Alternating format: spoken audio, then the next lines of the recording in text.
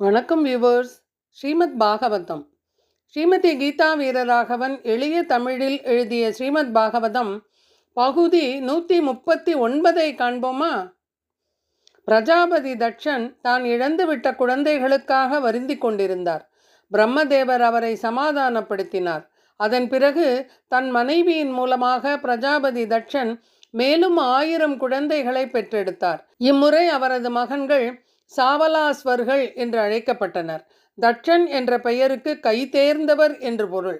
தன்னுடைய 10,000 குழந்தைகள் பரமபதத்தை அடைந்து விட்டதால் அவர்களை இழந்த தட்சன் சாவலாஸ்வர்கள் என்ற 1000 புதல்வர்களை பெற்றெடுத்தார்.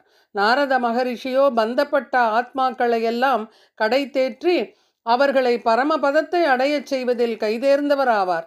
தங்களுடைய தந்தையின் கட்டளைப்படியே குழந்தைகள் பெறுவதற்காக இரண்டாவதாக பெறப்பட்ட மகன்களும் நாராயண சரஸ் என்ற புண்ணிய தீர்த்தத்திற்கு சென்றனர்.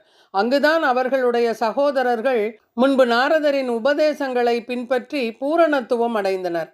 சாவலாஸ்வர்கள் கடும் தவம் மேற்கொண்டு புண்ணிய தீர்த்தத்தில் வாழ்ந்து வந்தனர். தன்னுடைய 10,000 புதல்வர்கள் பூரணத்துவம் அடைந்த இடத்திற்கு 1000 மகன்களையும் தட்சன் அனுப்பி வைத்தார். அதற்கு காரணம், வேத பண்பாட்டின்படி ஒருவன் குடும்பஸ்தனாகி குழந்தை பெறுவதற்கு முன்பு பிரம்மச்சாரியாக இருந்து ஆன்மீக புத்துணர்வில் பயிற்சி பெற வேண்டும். அதனால்தான் அவர்களையும் அங்கே அனுப்பி வைத்தார். நாரதரின் அறிவுரையால் இந்த மகன்களும் மாறக்கூடும் என்பதை தட்சன் உணர்ந்திருந்தும் முடிவெடுக்கும் பொறுப்பை மகன்களிடமே விட்டுவிட்டார். தன்னுடைய மகன்களுக்கு ஆன்மீக கல்வியை வழங்குவது ஒரு தந்தையின் கடமையாகும். தம்முடைய சகோதரர்களைப் போலவே இவர்களும் கடுந்தவம் இயற்றி வாழ்ந்து வந்தனர். சில மாதங்களுக்கு பிறகு நீரை மட்டுமே பருகி காற்றை மட்டுமே உண்டனர். அவர்களுடைய கடும் தவத்தால் பகவானை வழிபட்டு வாழ்ந்து வந்தனர். அன்பார்ந்த பரீட்சித்து மன்னனே, இவர்களையும் நாரதர் அணுகி முன்பு போலவே புதிரான வார்த்தைகளை கூறினார். தர்ம விதிகளை அறிந்துள்ள ஒரு சகோதரன் தன் தமையன்களின் அடிச்சுவடை பின்பற்றுகிறான். ஆகவே நீங்களும் உங்களுடைய சகோதரர்களுடைய அடிச்சுவடுகளை பின்பற்றுங்கள் என்று அவர்களுக்கு நாரத முனிவர் உபதேசித்தார். பிறகு அந்த இடத்தை விட்டு சென்று விட்டார். சாவலாஸ்வர்கள் பரமபுருஷ பகவானை அடையும் நோக்கத்தில் மேற்கு திசைக்கு சென்றனர். ஆனால் அவர்கள் யாரும் திரும்பி வரவே இல்லை. பல கெட்ட சகுனங்களை கண்ட தட்சன் நாரத மகரிஷியின் உபதேசத்தால் தங்களுடைய தமையன்களின் வழியையே சாவலாஸ்வரர்களும் அடைந்தனர் என்பதனை உணர்ந்தார். தட்சனை நாரதர் சந்தித்தார். கோபத்துடன் பேசத் தொடங்கினார். நாரத முனிவரே, நீர் சாது போல் உடை அணிந்துள்ளீர்கள். இல்லற வாழ்வில் இருந்த பொழுதும் இப்பொழுது நான் தான் சாது ஆவேன். தாங்கள் வெறுக்கத்தக்க அநீதியை செய்துவிட்டீர்கள். விஷ்ணு பக்தன் என்று கூறிக்கொள்ளும் நீர் சிறுவர்களின் மனதில் துறவு மனப்பான்மையை ஏற்படுத்தி உள்ளீர்கள். தாங்கள்தான் குற்றவாளி என்று கூறினார். 4 வகைப்பட்ட மனிதர்கள் உள்ளனர்: ஆர்த்தா, அர்த்தார்த்தி, ஜிக்ஞாசு, ஞானி. அதாவது துன்பத்தில் உள்ளவன், பொருள் தேவைப்படுபவன், கேள்வி உடையவன் மற்றும் அறிவுடையவன் ஆவான். இந்த 4 மார்க்கத்தில் உள்ளவர்களே பக்தி தொண்டை புரிந்து கொள்ள முயற்சிக்கின்றனர். இதனையே நாரதர் தட்சனுக்கு உபதேசிக்க விரும்பினார்.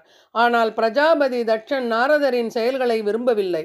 மகரிஷியே, எனது மகன்கள் அவர்களது 3 கடமைகளிலிருந்து சிறிதும் விடுபடவில்லை. அது பற்றி அவர்கள் சிறிதும் யோசிக்கவும் இல்லை. பாவம் நிறைந்த நாரத முனிவரே, அவர்கள் சாதுக்களுக்கும் தேவர்களுக்கும் அவர்களது தந்தைக்கும் இன்னும் கடன்பட்டவர்களாகவே இருக்கின்றனர் என தட்சன் வாதாடினார். ஸ்ரீமத் பாகவதம்.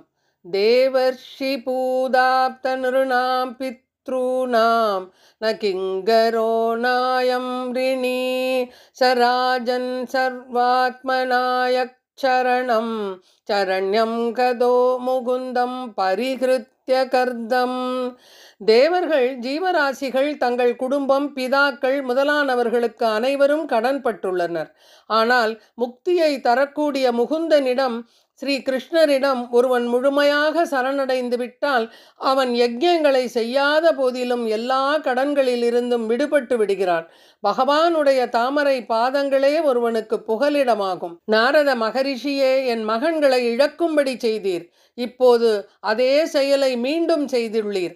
மற்றவர்களிடம் எப்படி நடந்து கொள்வது என்பதை அறியாத வஞ்சகராவீர் நீர். பிரபஞ்சம் முழுவதிலும் சஞ்சரிக்கக்கூடும் என்றாலும் எங்குமே உமக்கு வசிப்பிடம் இல்லாமல் போகட்டும் என்று நாரதரை சபித்தார்.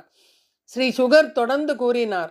பரீட்சித்து மன்னனே, நாரதர் சிறந்த ஒரு மகரிஷி. ஆதலால் தட்சனால் சபிக்கப்பட்ட பொழுது தத் பாடம், நமது வாக்கு நல்லதாயிற்று, சாபத்தை நான் ஏற்றுக்கொள்கிறேன் என்று பதிலளித்தார்.